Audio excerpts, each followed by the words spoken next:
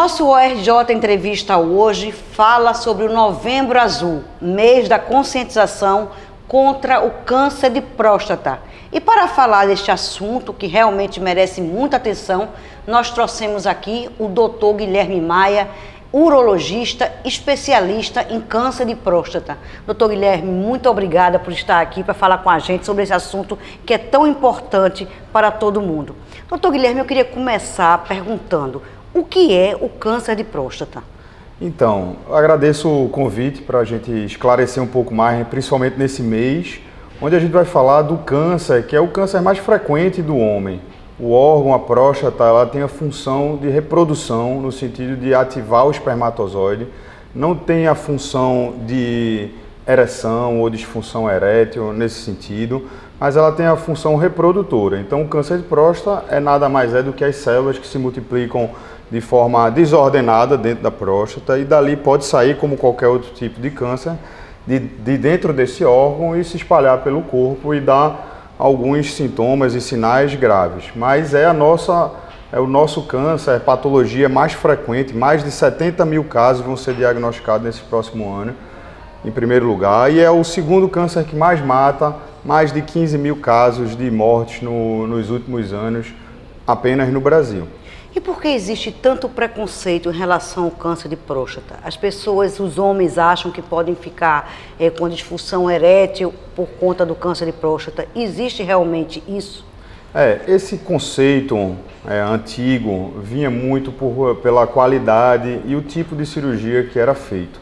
Então, como a gente sabe que os nervos da ereção eles passam ao redor da próstata, a gente sabe isso, do final da década de 90 para cá, a cirurgia modernizou bastante, modernizou com a cirurgia por videolaparoscopia e hoje por uma cirurgia robótica, onde a gente consegue fazer uma cirurgia mais tranquila, poupadora desses nervos.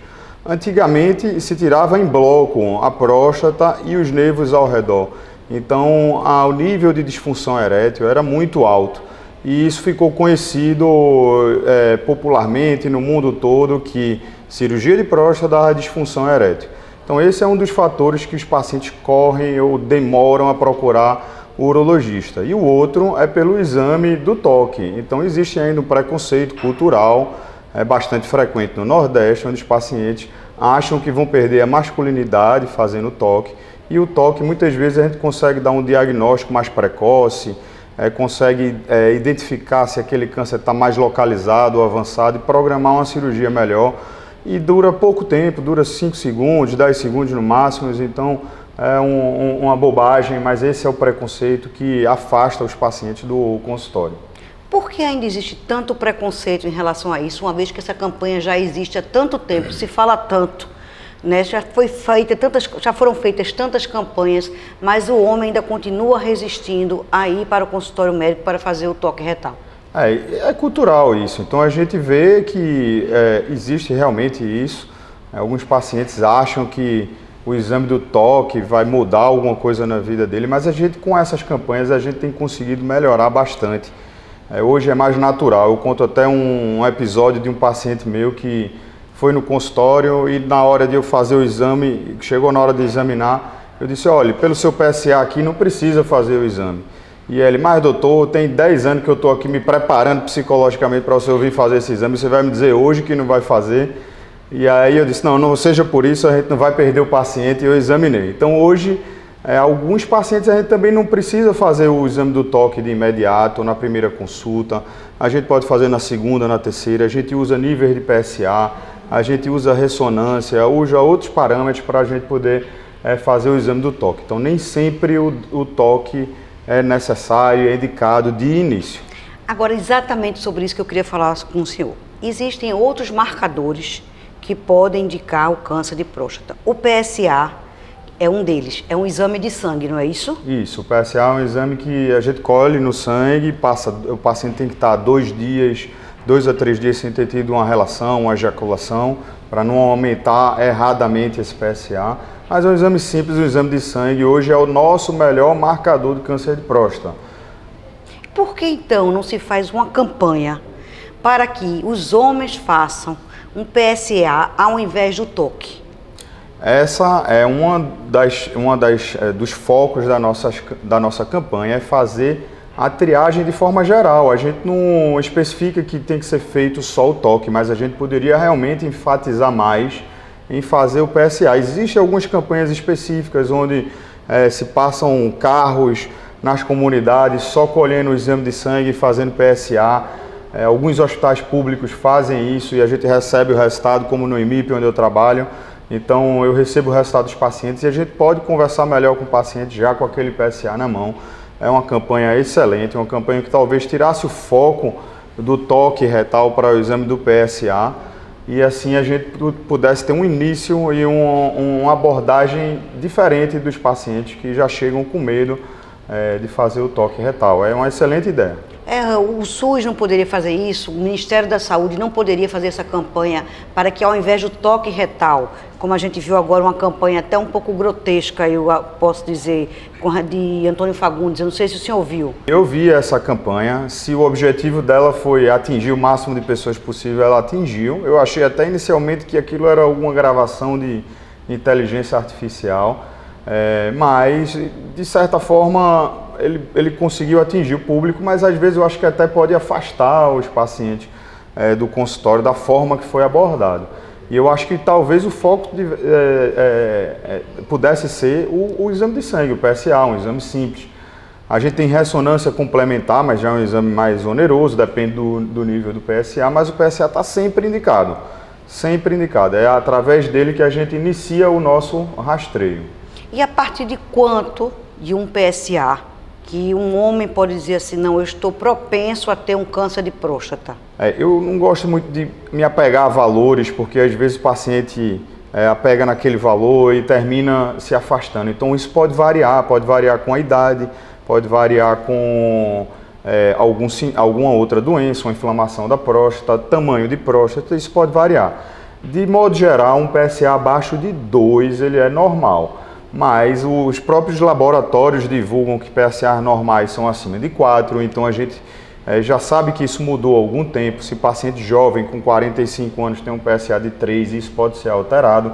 Então, o nível do PSA não deve ser um fator único. Eu acho que essa triagem deve ser feita por um urologista. Muitas vezes a gente vê um cardiologista acompanhando, um clínico geral, e existem mudanças da mesma forma que existem mudanças para uma diabetes ou uma doença cardiológica que eu não sei e o cardiologista talvez ou o clínico geral não esteja atualizado. Então a gente pode identificar PSA, a relação dele livre total, a densidade dele, a velocidade de crescimento, a gente avalia junto com a ressonância.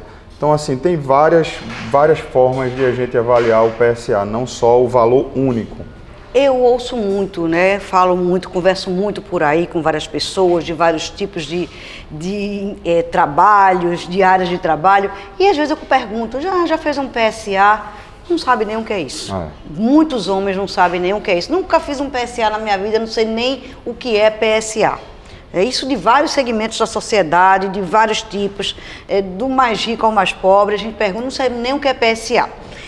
O que deveria ser feito para que se divulgasse mais, assim como a mamografia ficou, porque se estabeleceu a questão do toque retal e só como diagnóstico. Mas a gente sabe que é um marcador que já diz que a pessoa já está com, vamos supor, se estiver lá com toque, a pessoa já está com algo avançado. É isso, doutor, me corrija se eu estiver enganada. Se o governo não poderia fazer o PSA, um exame de rotina para o homem. Isso, algumas sociedades indicam colher o PSA acima de 45 anos, tá? E 40 anos se tiver alguma história familiar.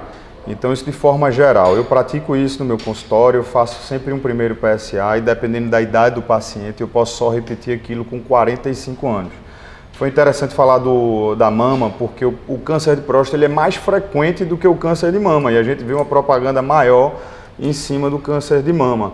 O autoexame corresponde ao toque retal, a mamografia corresponde ao PSA. Então a gente não pode esperar para colher o PSA depois de muito tempo. A gente pega isso, às vezes, pacientes que não têm acesso à saúde tranquila do público, com PSA já muito elevado. E quando a gente pega esses pacientes com PSA acima de 15, 20, esses pacientes já têm chance muito alta de já ter uma doença metastática que saiu de dentro da próstata.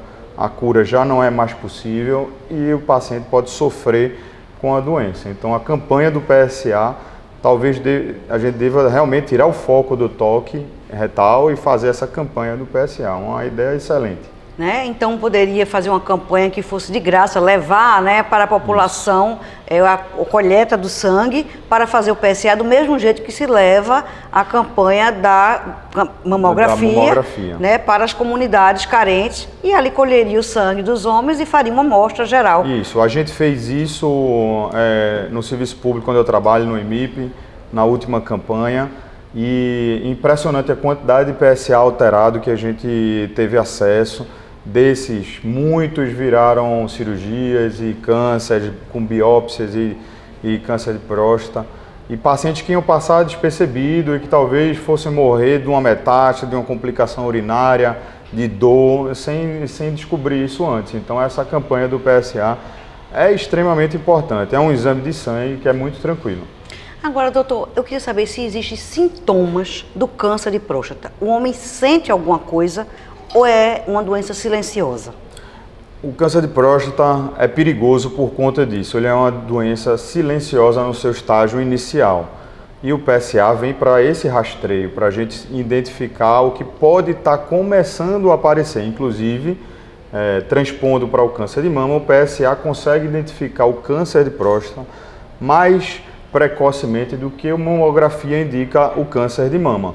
Então, o PSA é muito interessante, mas a doença é silenciosa no seu estágio inicial, mas quando ela começa a dar alguns sintomas, se for câncer de próstata, o paciente já pode ter um avanço dessa doença, invadindo uretra, invadindo a região local ali da próstata, dor retal, sangramentos e etc. Não confundir, é bom não confundir, porque os pacientes às vezes se afastam do consultório porque tem algum sintoma urinário, não consegue urinar, acorda à noite, o jato é fraco, vai muito no banheiro, e isso pode ser uma doença benigna. Então procurar também o urologista o quanto antes, porque existe medicamento, existe cirurgia, existe tratamento a curto prazo ou a longo prazo, existem muitas outras alternativas que a gente pode abordar esse paciente que às vezes se afasta achando que já é um câncer avançado. Então o resumo é que assim, a gente deve ter o nosso clínico geral, ou o nosso médico da família, mas deve procurar também um urologista para fazer esse rastreio e essa identificação. Mas também nos postos de saúde, as pessoas que não têm acesso a um médico particular, isso. Ela pode ir num posto de saúde e dizer, eu quero procurar, eu estou sentindo isso, aí eu devo ir a um urologista no posto de saúde. Vamos falar para uma pessoa, para uma população que não tem acesso. É a população que a gente trata lá no serviço público quando eu trabalho lá no IMIP. Então, como é que funciona isso? Todo médico ele está apto a pedir um PSA para qualquer homem acima de 40 ou 45 anos de idade. Na dúvida, ou acima de 2, já deixando uma dica, já faz uma contrarreferência para um serviço terciário, um serviço maior como o IMIP. Então, no IMIP a gente não faz tanto rastreio, mas a gente já pega os pacientes com PSA aumentado, que tem indicação de biópsia, ou até mesmo, às vezes, já com a biópsia pronta para fazer o tratamento, a cirurgia ou a radioterapia, ou o que seja. Mas nos postos de saúde, todos os médicos podem pedir o PSA, solicitar esse PSA, identificar, saber se esse PSA está alterado ou não. É muito fácil de identificar isso e fazer uma contrarreferência para um hospital terciário. Certo. Agora, com relação à cirurgia de próstata, vamos agora falar sobre a cirurgia. Existem 2 métodos de cirurgia, a tradicional e hoje a robótica, é isso? Existe hoje ainda 3 métodos. A tradicional, que é no corte, cirurgia aberta. Na verdade, a gente nem chama ela mais de tradicional, porque a tradicional hoje já virou a cirurgia robótica. A cirurgia por videolaparoscopia, que é uma cirurgia também minimamente invasiva, mas com material não tão bom, não tão articulado, feito a cirurgia robótica. E a cirurgia robótica? No serviço público ainda se faz muito a cirurgia mais antiga, a cirurgia aberta, e a cirurgia laparoscópica, a cirurgia por vídeo se faz. A gente faz no IMIP cirurgia por vídeo em praticamente todos os nossos pacientes. Não dispomos do robô porque é um material muito caro, muito oneroso, inclusive para hospitais particulares. No Brasil só existem 2 ou 3 hospitais públicos que dispõem dessa plataforma, desse robô para fazer a cirurgia. Mas deveria ter uma campanha para se trazer mais desses robôs para os hospitais públicos? Eu acredito que isso vai acontecer a curto, médio prazo, quando a tecnologia for barateada. A tecnologia hoje ainda é cara para um hospital particular, ainda mais para um hospital público. Nos hospitais públicos que eu trabalho, a gente vê ainda dificuldade para materiais mais básicos do que o robô. Mas eu acho que em breve, quando essa tecnologia baratear, já entraram mais 2 plataformas no Brasil. Antes era só um monopólio de uma marca, no mundo todo 99% dos robôs são de uma marca só. Então agora vai entrar mais 2 no mercado e eu acho que isso tende a baratear a tecnologia. Poderia-se fazer uma propaganda, uma divulgação, uma campanha para que materiais importados para serviço público ou até materiais médicos importados não sofressem taxação de imposto do jeito que hoje funciona. E assim a gente conseguiria ter essas tecnologias mais rápidas para a população mais pobre. Ô doutor, com relação ao câncer de próstata, quando há o diagnóstico, o homem é diagnosticado com câncer de próstata, o PSA está elevado, como o senhor falou. A partir daí, qual é o próximo passo? O que é que deve ser feito? Então, PSA elevado não significa já de cara que o homem está com câncer de próstata. Então, vai no urologista, o urologista vai identificar tudo isso que eu falei, as diferentes nuances do PSA, o toque retal e etc. E o primeiro exame que a gente pede hoje já é uma ressonância, que a gente chama uma ressonância de próstata multiparamétrica, que é para a gente ver se aquele câncer também aparece na ressonância. Se aparecer, o terceiro passo é a biópsia de próstata. Com essa biópsia, vai voltar para o urologista e vai ter uma classificação do câncer, que pode variar em alguns níveis, 5 níveis, 6, 7, 8, 9 e 10, e a gente vai daí indicar qual tipo de tratamento esse paciente pode se submeter. Às vezes até nada, acompanhar. Paciente com um Gleason 6, uma nota 6, muito baixa, poucos fragmentos positivos. A gente não tem pressa para operar, pode repetir PSA, repetir biópsia, e bem como pacientes com essa nota do Gleason 9 ou 10, muitas vezes não tem mais indicação cirúrgica, são aqueles pacientes já de níveis mais avançados. Então, existem muitos detalhes que a gente discute no consultório com o paciente e com a família inteira. O câncer de próstata tem cura?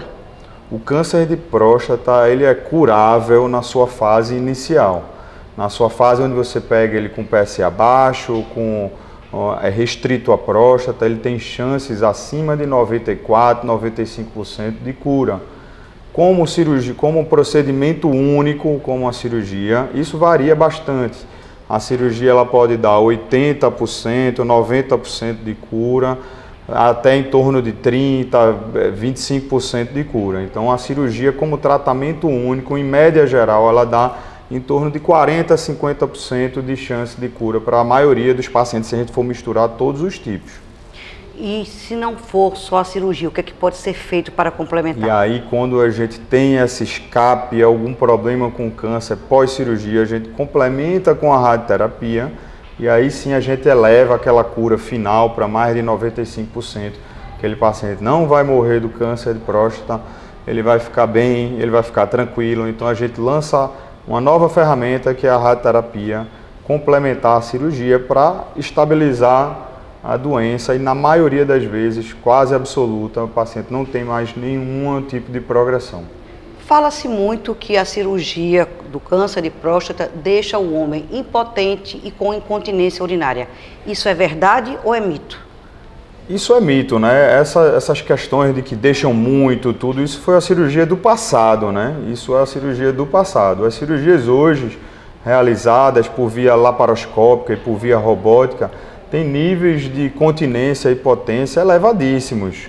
No meu consultório, a gente tem mais de 50% dos pacientes com continência imediata após a cirurgia, após uma cirurgia robótica, e tem mais de 97% de continência num total de 12 meses. Então, só 3% dos pacientes podem ter algum escape urinário e depende muito da idade do paciente, se ele é diabético, se ele faz exercício físico ou não. Então, esse mito vem do passado, uma cirurgia que era feita completamente diferente. Era uma cirurgia aberta, sem enxergar direito, então isso sim deixava o paciente incontinente. Da mesma forma, a potência dos pacientes. Hoje no consultório, abaixo de 55 anos, não é o mais comum de a gente operar, a gente opera paciente com 60 a 65 anos em sua média, mas abaixo de 55 anos eu não tenho nenhum paciente impotente. Os pacientes todos já recuperaram a ereção naturalmente, sem auxílio de prótese peniana ou de alguma outra ferramenta. E eu operei já pacientes próximos de 80 anos que também já recuperaram a ereção. É impressionante, hoje eu estava atendendo um casal de 84 anos e o paciente disse que tinha relação. Com 84 anos estava mantida a relação, estava tranquilo, a gente acha que não pode acontecer, mas acontece e pacientes mais velhos também recuperam a ereção. Então, nesse ponto está tudo ok. Agora, com relação a uma pessoa mais jovem que vai se submeter a uma cirurgia de próstata, ele vai deixar de ejacular, é isso? Isso, a ejaculação, a gente chama isso de uma ejaculação seca, na verdade. A gente nem usa essa expressão, não vai ejacular para não ter um impacto psicológico ainda maior. A gente diz que o paciente vai ter uma ejaculação seca, porque ele tem a mesma ereção, o mesmo orgasmo, mas na hora de sair o líquido não sai nada, porque aquele líquido ele saía por dentro da próstata e era produzido pela sua maior parte pela próstata. 80% dele era o líquido prostático. Então, a maioria dos pacientes que se submetem à cirurgia de próstata não tem ejaculação. Eu digo a maioria de câncer de próstata, todos, 100%, mas algumas cirurgias ainda podem preservar a ejaculação no aumento da próstata. Então, o paciente jovem que vai acontecer isso com ele, ele pode fazer ou deve fazer o armazenamento do sêmen? Como é que deve ser essa condução? Essa condução a gente aborda para todos os pacientes, porque a gente não sabe a idade que o paciente vai querer ter um filho, não sabe qual é o futuro. Então tem pacientes também mais velhos, de 60, 70 anos, que a gente aborda isso, essa questão de vai querer ter filho, está definido e etc. E pacientes mais jovens ainda mais, porque cada vez mais a gente tem operado pacientes abaixo de 45 anos, o que não era muito comum. Então, no consultório, cada vez mais eu tenho acesso a pacientes mais jovens. E a gente oferece esse congelamento, porque ele tem outras formas de ter filho. Com o sêmen congelado, descongela, pode fazer fertilização. Mas também, se não congelou por qualquer motivo, existe punção direto do testículo. Pode ser puncionado o testículo, captação de espermatozoide e fazer também uma fertilização.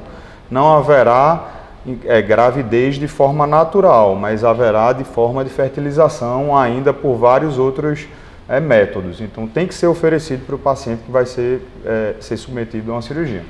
Doutor Guilherme, existe uma máxima de que todo homem vai ter câncer de próstata um dia. Isso é verdade? Eu costumo dizer que todo homem vai ter algum problema de próstata. Câncer de próstata, se viver muito, a gente tem alguns dados já clínicos mostrando que paciente que tem acima de 70 anos tem mais ou menos 70% de chance, acima de 80 anos mais ou menos 80%. E se for viver, que eu estou vendo muito a população envelhecer aqui, 80, 90 anos, há uma grande chance de ter um câncer de próstata e quase 100% de certeza que vai ter algum problema da próstata, ou crescimento ou câncer de próstata. Então todo homem tem que estar nesse acompanhamento com o urologista. Como é que a gente deve proceder e dizer para os homens, neste Novembro Azul, que é um momento tão caro para eles, sobre o câncer de próstata? Qual é o recado que o senhor daria? Então, assim, eu vou aproveitar o gancho, eu não daria o recado só para os homens, eu daria o recado para a família e para as mulheres também. É impressionante como no consultório, na maioria das vezes, é a mulher que marca a consulta para o homem. Então não se distancie do médico, do urologista, procure seu urologista, faça seu check-up. Muitas vezes a gente vai fazer só um PSA de início e a gente vai acompanhar ao longo dos anos. Quanto mais cedo a gente diagnosticar qualquer tipo de doença da próstata ou qualquer alteração que venha a ter no consultório, melhor é o tratamento, maior é a chance de recuperação da continência que a gente falou e maior é a recuperação da ereção também. Então, uma vida saudável, exercício físico, comer bem, ser magro, tudo isso vai prevenir não você ter talvez o câncer de próstata, mas as complicações de que ele pode dar. Então, procurar um médico e ter uma vida saudável seria o resumo da gente, principalmente nesse mês de Novembro Azul. Doutor Guilherme Maia, muito obrigada pela sua participação, pelo seu esclarecimento tão importante para tanta gente. E eu agradeço aqui a Copergás, Companhia Pernambucana de Gás de Pernambuco, que leva gás a 28 municípios do estado de Pernambuco.